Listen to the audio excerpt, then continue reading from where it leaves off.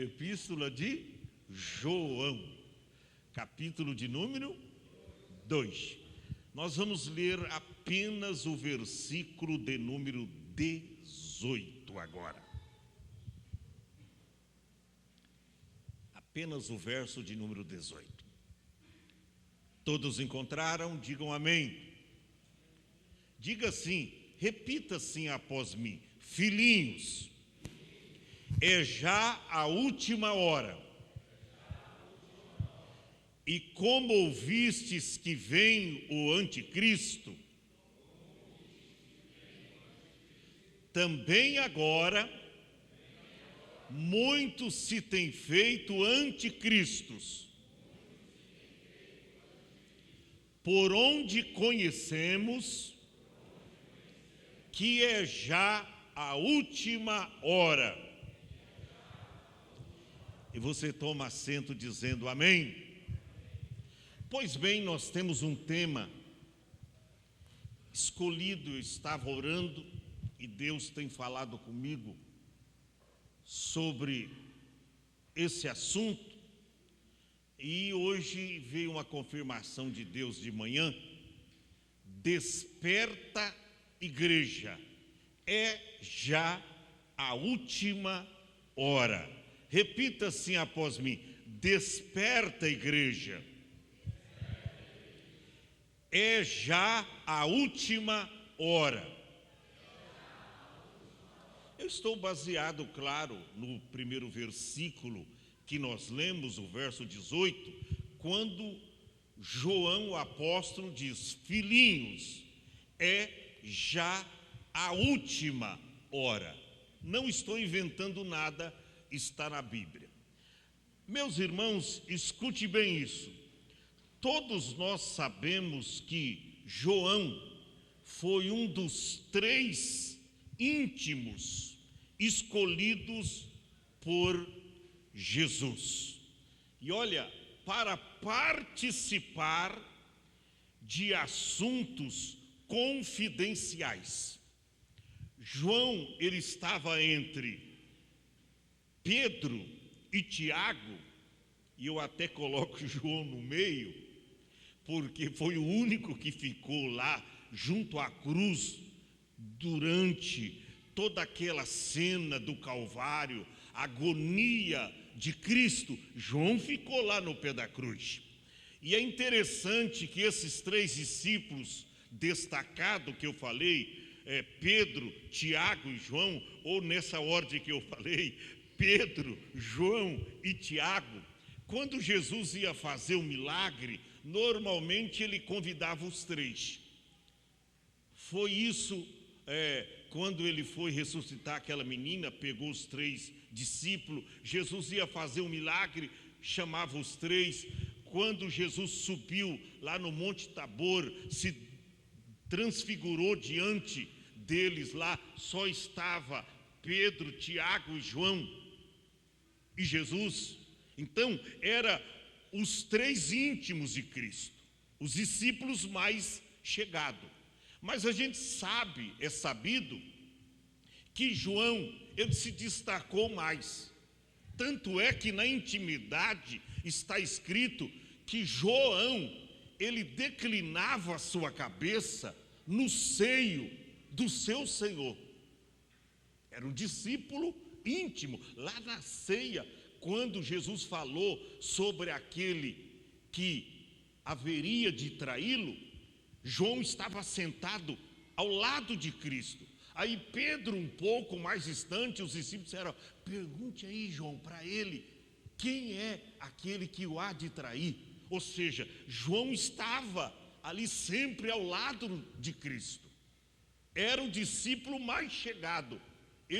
Eu acredito, quando a Bíblia diz que ele reclinava a sua cabeça no seio do seu Senhor, de repente João tinha tanta liberdade de até deitar no colo de Cristo, colocar a sua cabeça aí e ouvir as lindas histórias e parábolas do Senhor Jesus.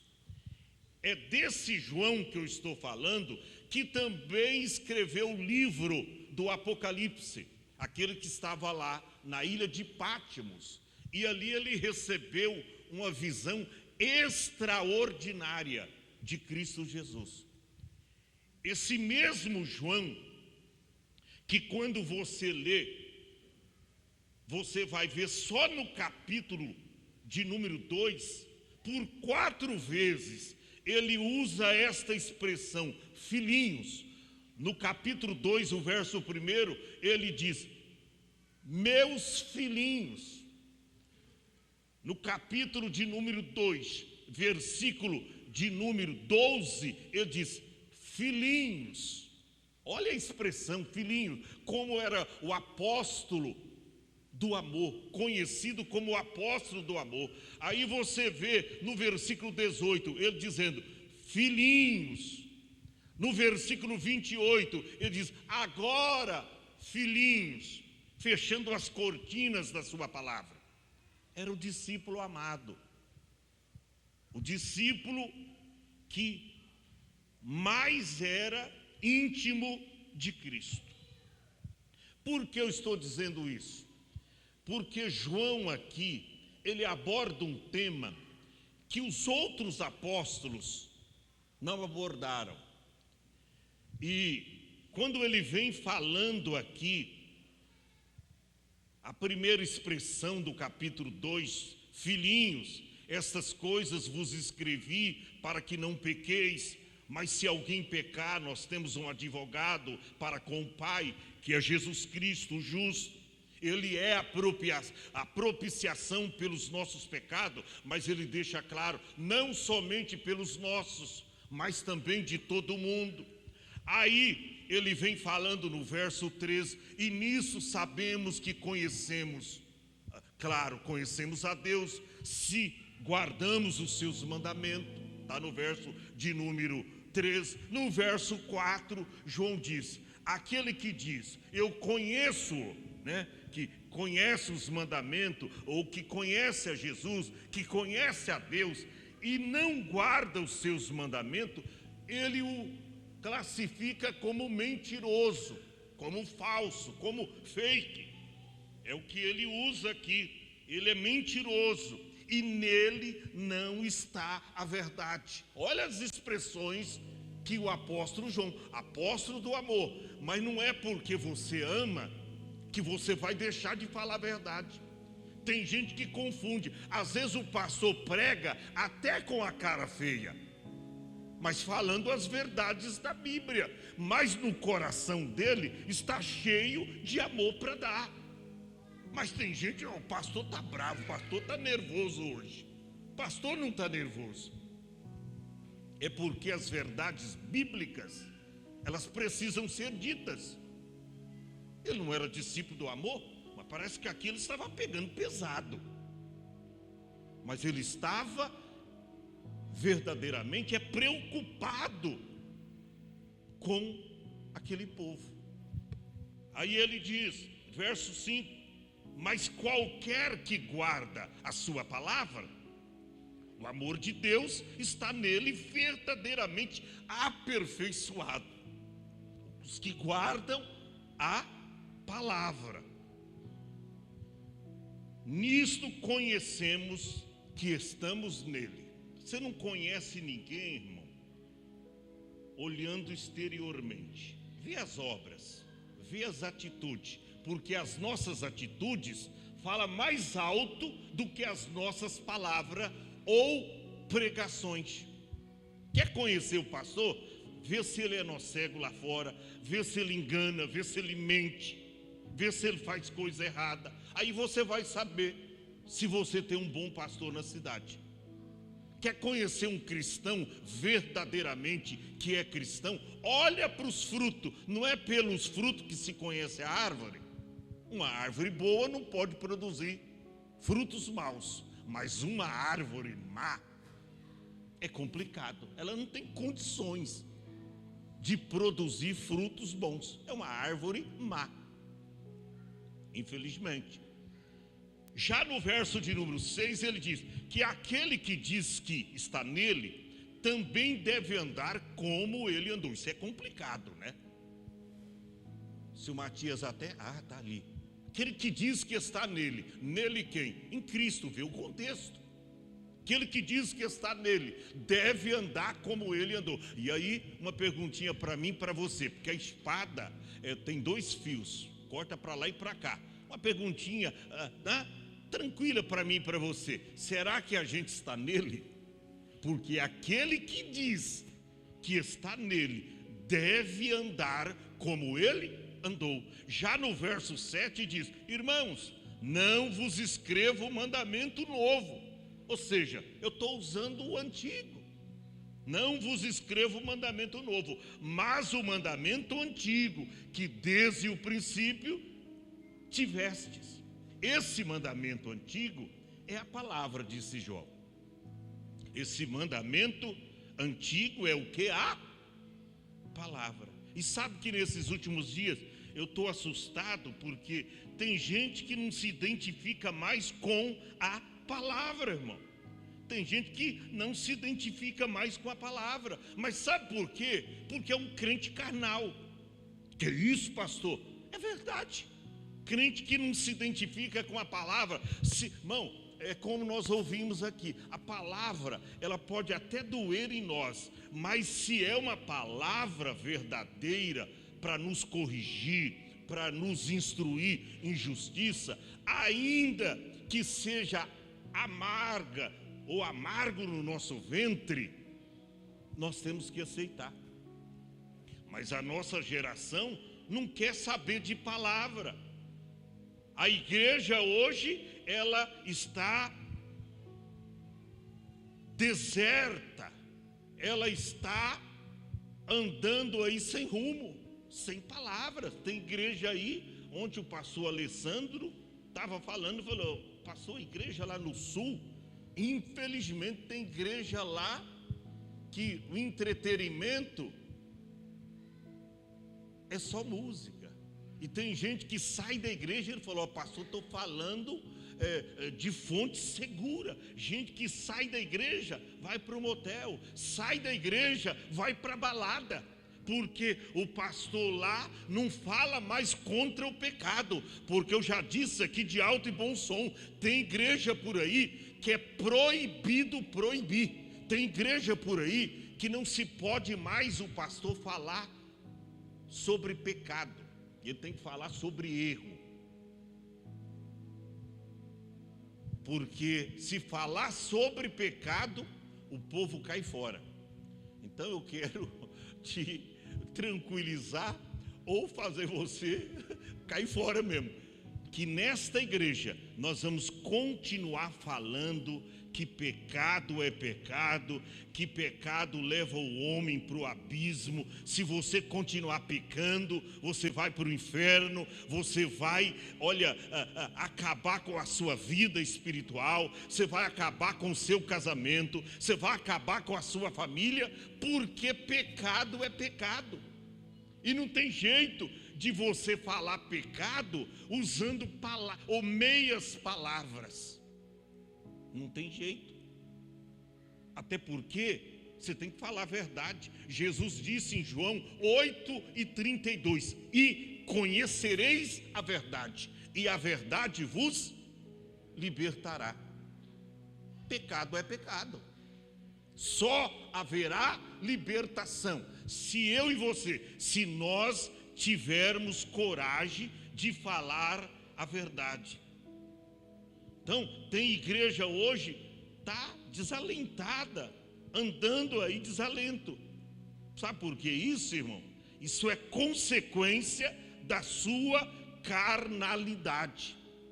E só o crente espiritual, ele consegue discernir o mundo espiritual. Olha para cá, o crente carnal, ele não tem discernimento do mundo espiritual. Ele não tem esse discernimento.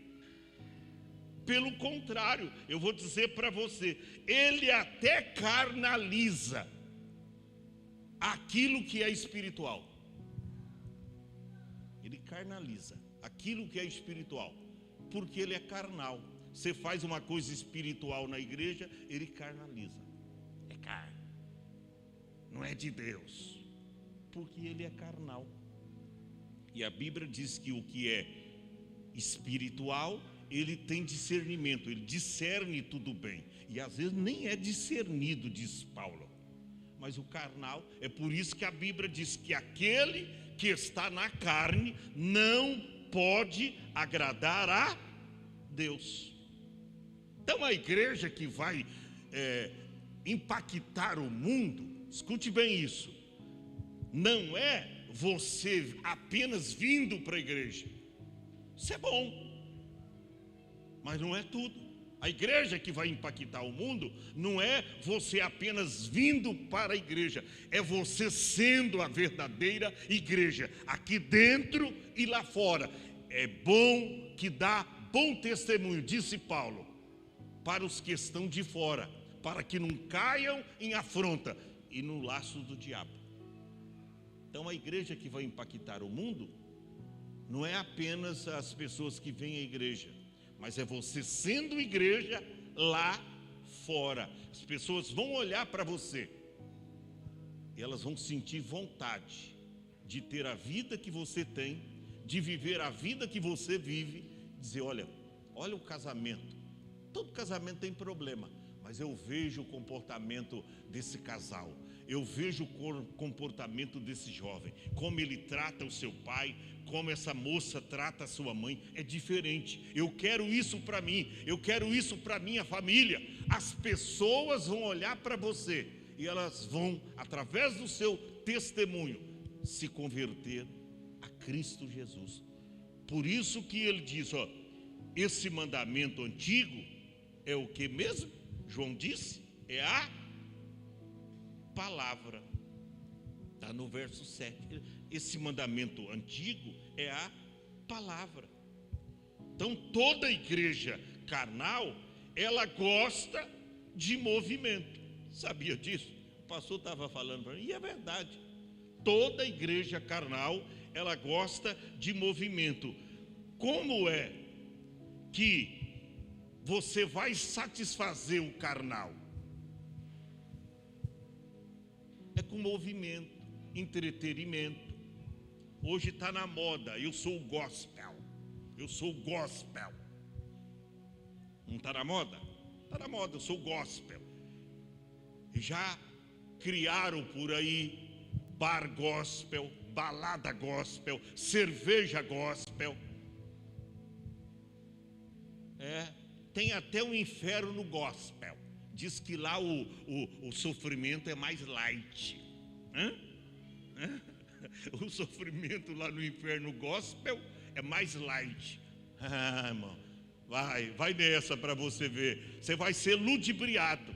Não tem inferno gospel, não. Vai lá perguntar para o rico lá, o posto de Lázaro. Tá gospel aí? Tá gospel? Tem umas músicas gospel para me ouvir aí? Não tinha não, meu irmão.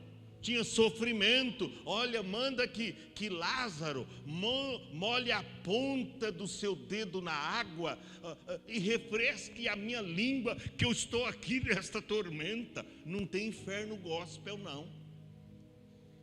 Mas hoje está por aí, meu. Tem até carnaval gospel. Vamos cair na balada, gente. Vamos lá. E o povo gosta. O povo gosta. João, ele diz, olha, eu não trago para vocês uma coisa nova. Tem coisa nova que vem de Deus, mas tem coisa nova que não é de Deus.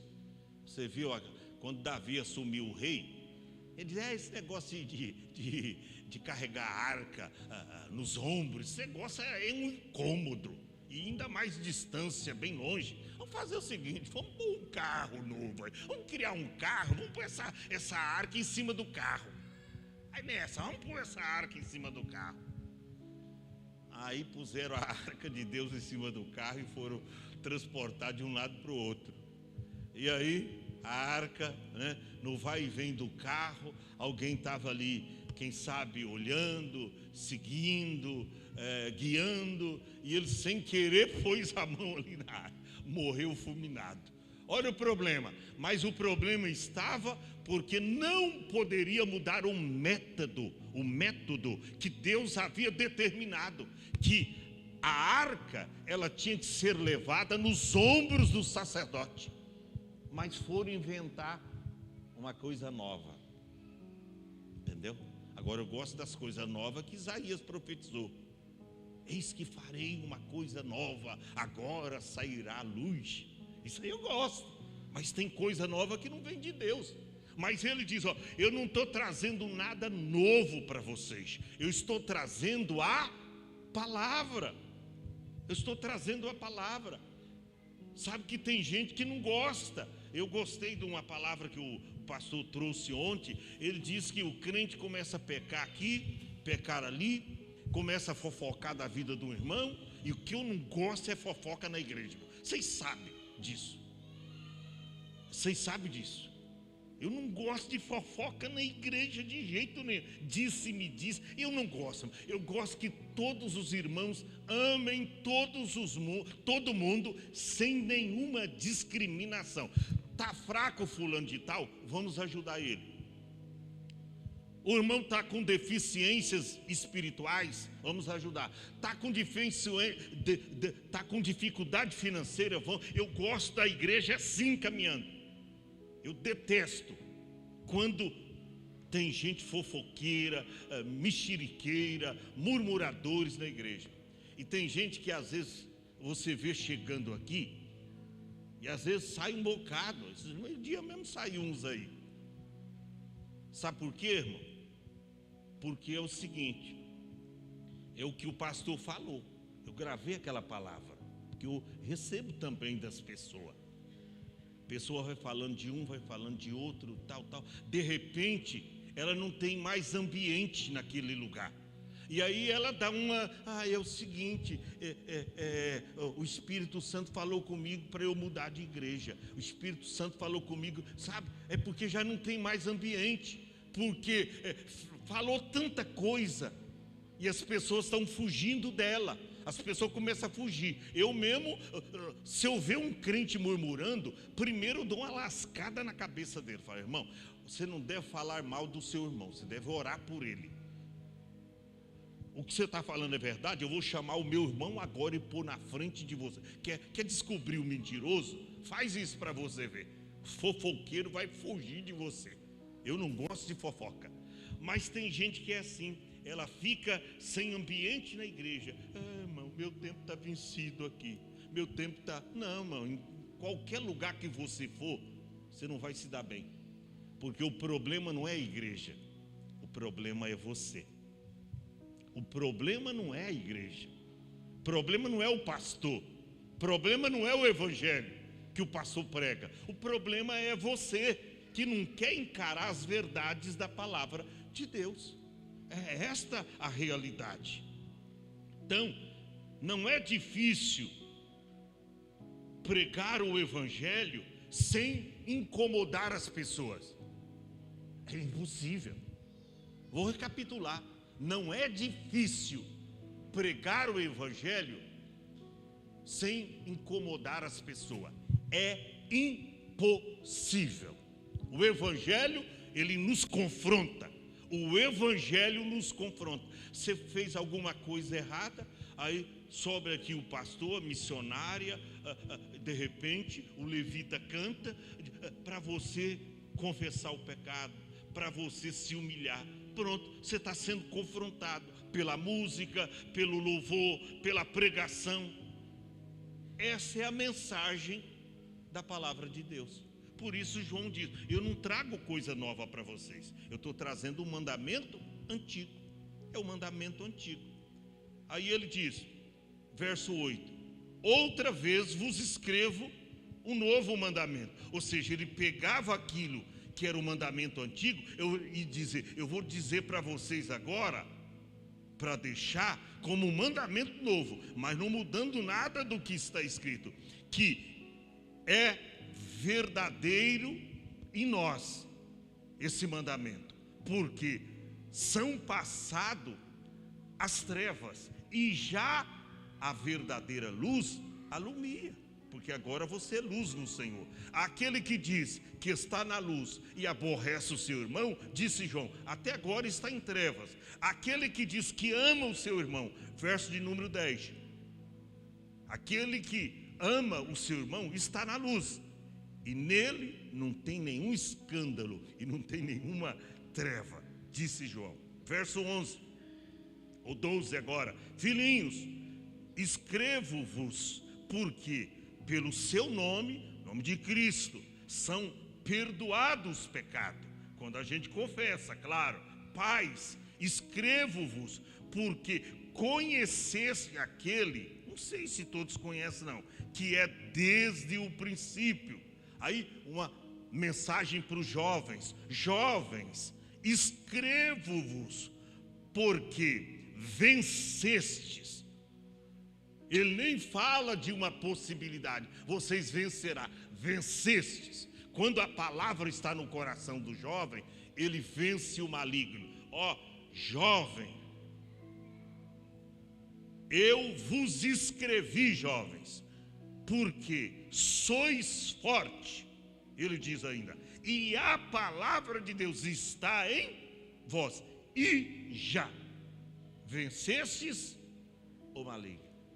Olha que ensinamento extraordinário. Aí ele diz, não ameis o mundo, nem o que no mundo há. Se alguém ama o mundo, o amor do Pai não está nele. Isso aqui não está falando do mundo, de tudo aquilo que Deus criara, as vegetações, as montanhas, o mar, as árvores. Não. Isso aqui é aquele mundo que o diabo ofereceu para Jesus. Quando apareceu um telão, você está pensando, isso aqui é antigo, isso aqui é antigo. Mostrou para Jesus todo esse mundo e a glória deles. E disse para Jesus, ó, tudo isso eu te darei. Eu dou, é meu, a mim foi me entregue, eu dou a quem eu quiser. Se tão somente tu me prostrar, tudo será teu. Aí Jesus diz, vá-te, Satanás. Está escrito, adorarás somente o Senhor teu Deus e só a Ele servirá. Só a Ele prestarás culto. Só a Ele, eu só cultuo a Deus, disse Jesus. Então é esse mundo que você não pode amar. Não ameis o mundo, nem o que no mundo há. Se alguém ama esse mundo aí fora, o amor do Pai não está nele. É por isso, irmão, que eu não concordo. Igreja que prega apenas o evangelho da prosperidade, do triunfalismo, da conquista. Ó, irmão, pegue a chave aí. Estou tascando uma profecia para você. Pegue a chave do carro novo, uma BMW. Olha aí, irmão, pega aí. Não tem nem poisézinho, né? É só de BMW para frente. É só carro top, viu, irmão? Pega a chave do apartamento. E ó, não é qualquer apartamento, não. Deus está me mandando te dizer, é na praia, é na rua da praia, eu estou vendo. Pega aí, minha serva. E tem gente nessa ilusão. Para com isso, irmão. A vida aqui é de labor, de agruras, de dificuldades. Jesus sofreu. Você sabe que uma pessoa que ele mesmo não viveu milagre foi Jesus. Pastor, que isso? É blasfêmia. Jesus não viveu milagre? Não.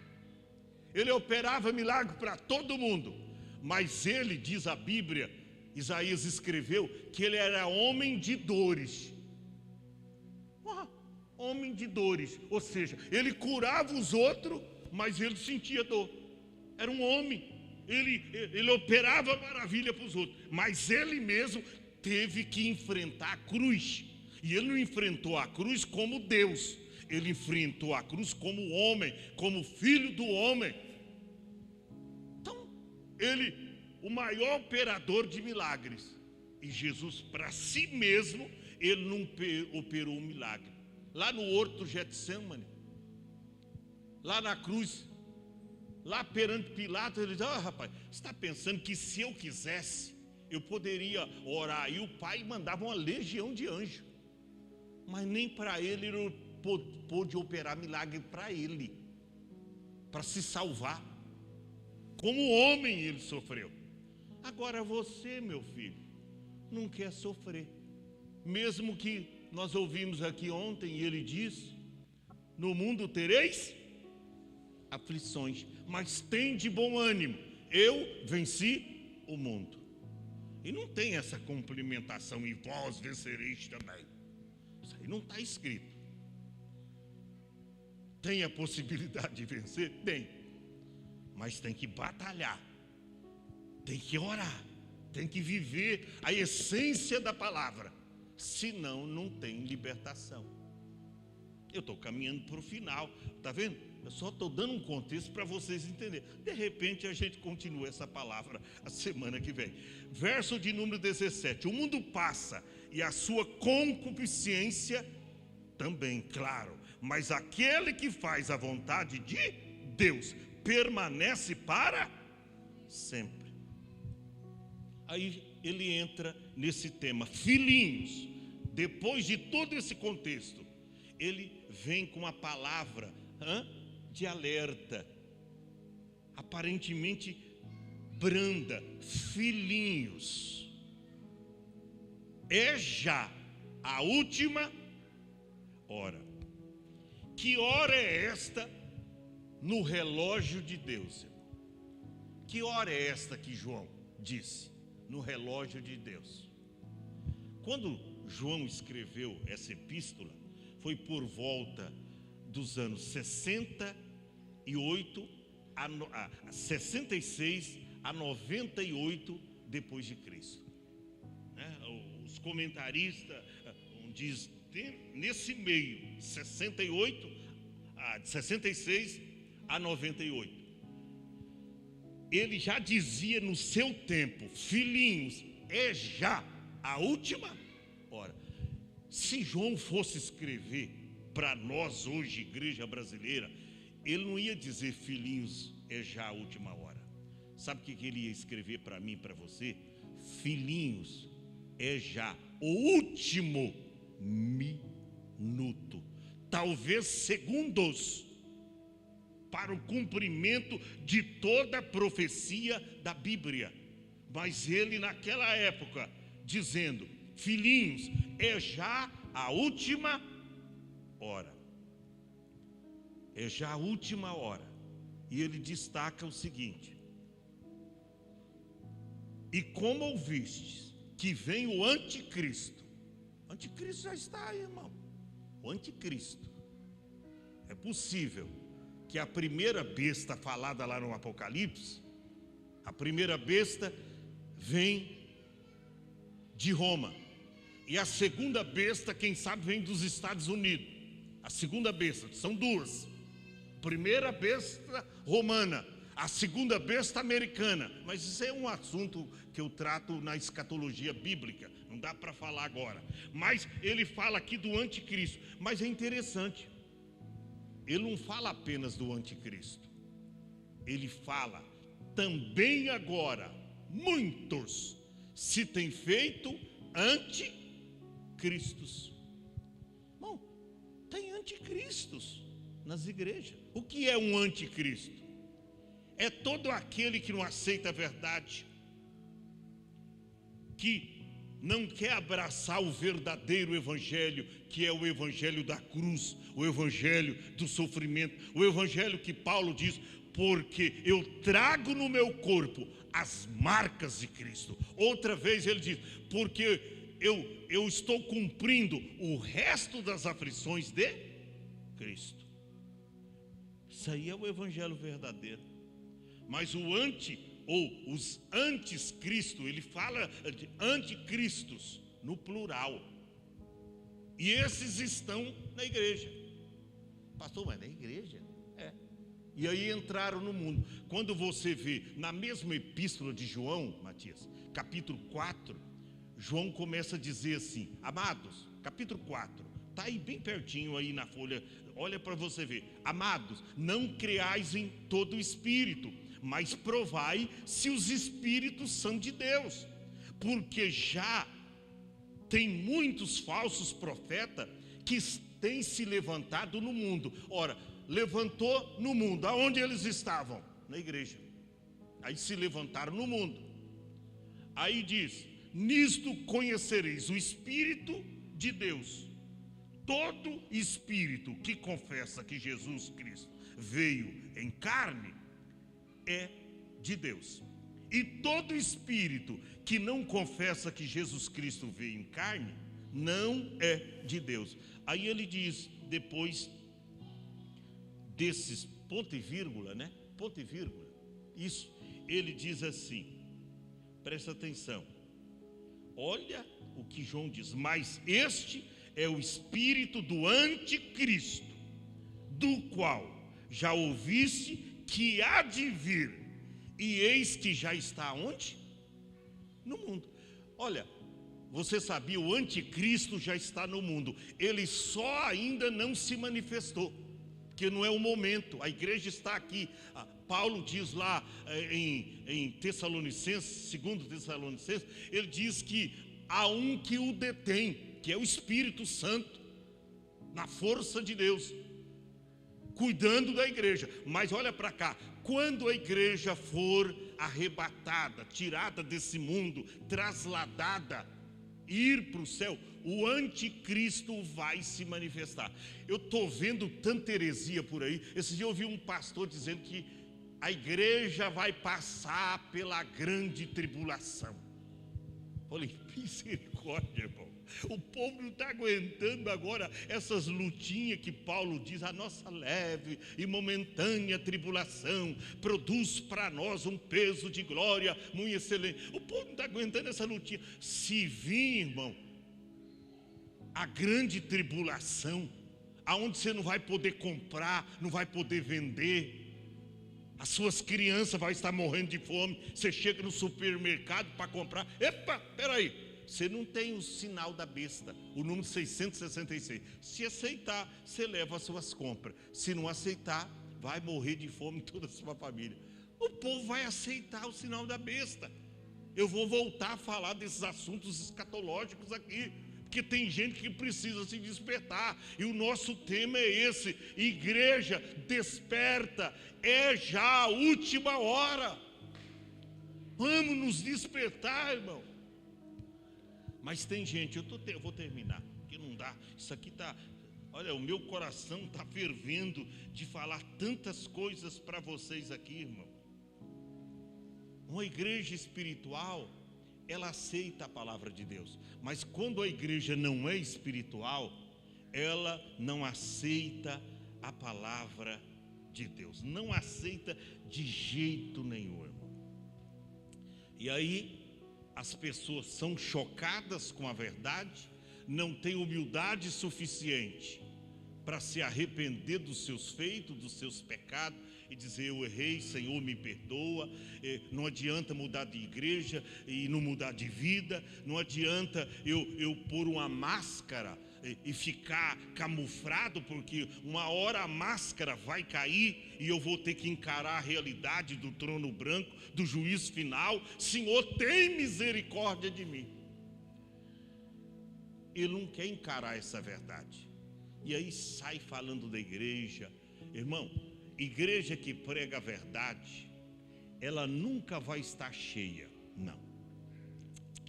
Igreja que prega genuinamente o Evangelho de Cristo, ela não vai estar cheia, principalmente nesses últimos tempos. Pastor que prega a verdade, que mostra para o povo que pecado continua sendo pecado, que mentira continua sendo mentira. Igreja que prega o que a Thaís, minha nora, pregou aqui na quarta-feira, a diferença do justo e do ímpio, entre o que serve a Deus, o que não serve, conforme Malaquias 3:18. Irmão, igreja que prega essas verdades, o povo, a palavra incomoda as pessoas. E às vezes você faz o bem para as pessoas.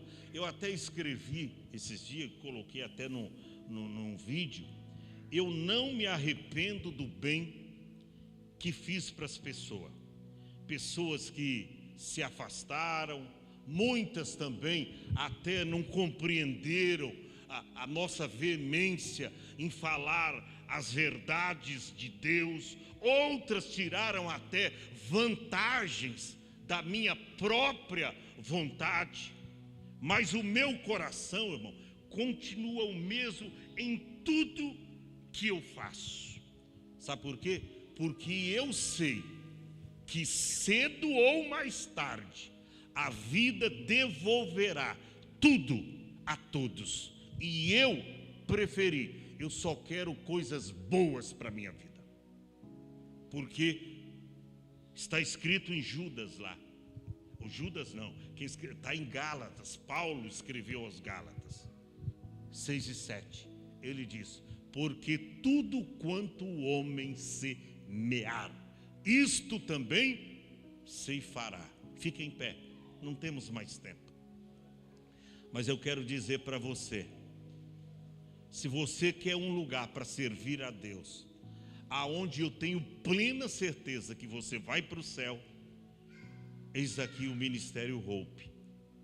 Aqui você vai ouvir as verdades, aqui você vai ter sim palavras de consolação, Deus vai te visitar, Deus vai te usar, mas nós não podemos deixar de falar aquilo que temos ouvido e aprendido, porque a palavra de Deus é a verdade.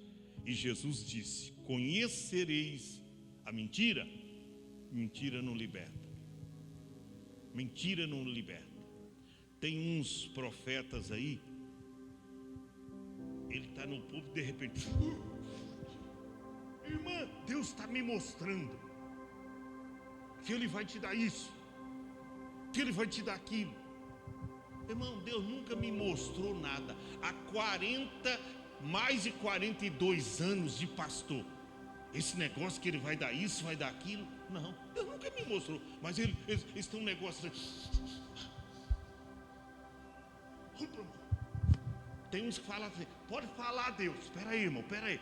Pode falar, Deus. Estou ouvindo, Deus, estou ouvindo. Mas não ouço nada, meu irmão. Eu ouço aqui, ó, Deus falando aqui, mas não ouço nada. Mas vamos deixar de mentira. Tem pastor mentindo no púlpito, inventando falsos milagres. Esses dias eu vi um cara que pegou um caixão e trouxe uma pessoa lá morta, mas a pessoa não estava morta, e dava para ver nas câmeras que de vez em quando ela dava uma mexidinha lá, mexidinha, porque é duro, né, com algodão aí chegou lá e, em nome de Jesus, e aí os incautos, que eu digo incautos, são simples, aí, em nome de Jesus, levanta, e o defunto levantou.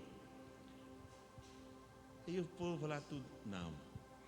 Você já pensou, irmão? Até na pegadinha do Silvio Santos, estava todo mundo velando lá, chamavam as pessoas, uns eram integrantes lá, né, fazendo a cena, outros eram chegados lá para... Quando o defunto levantava, irmão, só a gente saía correndo, é uma brincadeira, irmão, isso era um pavor, o povo corria. Você vê as inverdades hoje, irmão. Então cuidado com o que você ouve em algumas igrejas. Quando você vê o pastor só pregando o evangelho de prosperidade, que Deus vai dar isso, Deus vai dar aquilo, foge desses lugares. Deus não disse que vai dar nada para ninguém. Me prova na Bíblia. Ele diz, ó, você vai ter cruz, você vai ter luta, você vai ter dificuldade, mas se você orar, eu vou te ajudar. Eu vou te dar capacidade para você cuidar da família, educar os seus filhos. Não vai faltar trabalho para você, que eu vou te fazer prosperar. Aí assim, você vai prosperar, mas do jeito que eu quero, e não do jeito que os pregadores estão falando. Vamos orar, vamos cantar, vamos adorar a Deus, vamos terminar o culto. Você quer vir para frente nesse louvor e receber uma oração especial?